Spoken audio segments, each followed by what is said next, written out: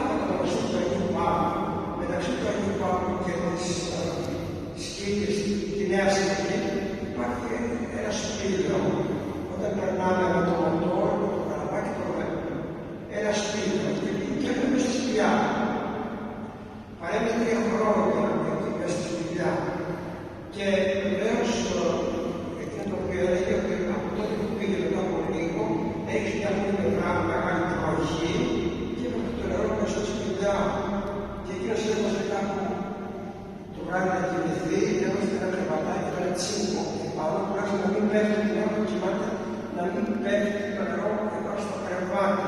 Και κάθε πρωί που ξυπνούσε, έβαζε 100 κουβάδες νερό. Μετά πάλι γέμισε και κυκλώστηκε η ίδια.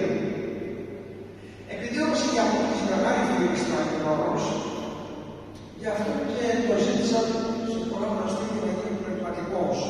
Εξομολογούσε στην Ιερά Μονή του Αγίου Παύλου, εξομολογούσε στην Ιερά Μονή του Αγίου Διονυσίου, του Αγίου του Οσίου Γρηγορίου και στη Σιμωνόπατρα.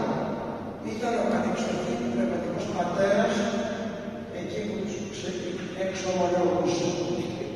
Και διηγούνται πολλά θαύματα τα οποία έκανε, γνώριζε και τους καθοδηγούσε στην πνευματική του ζωή. Το 1907 θέλησε να πάει στο Παρίσι και να εκδώσει τα έργα της σημειώσης του Παναγίου Λαού. Θεώρησε ότι ήταν πολύ σημαντικά τα κείμενα και έπρεπε να εκδοθούν. Και επειδή γνώριζε από το Παρίσι, έπρεπε να πάει εκεί και να κάνει την έκδοση στην γαλλική γλώσσα, στη ρωσική γαλλική γλώσσα, με μετάφραση. Και πράγματι πήγε στο Παρίσι για να εκδώσει τα κείμενα, αρρώστησε την ουσία του θανάτου.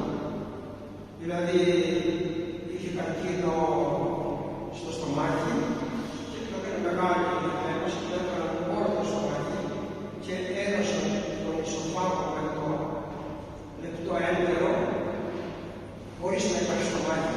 Και σιγά σιγά αναπτύχθηκε μέχρι το τέλος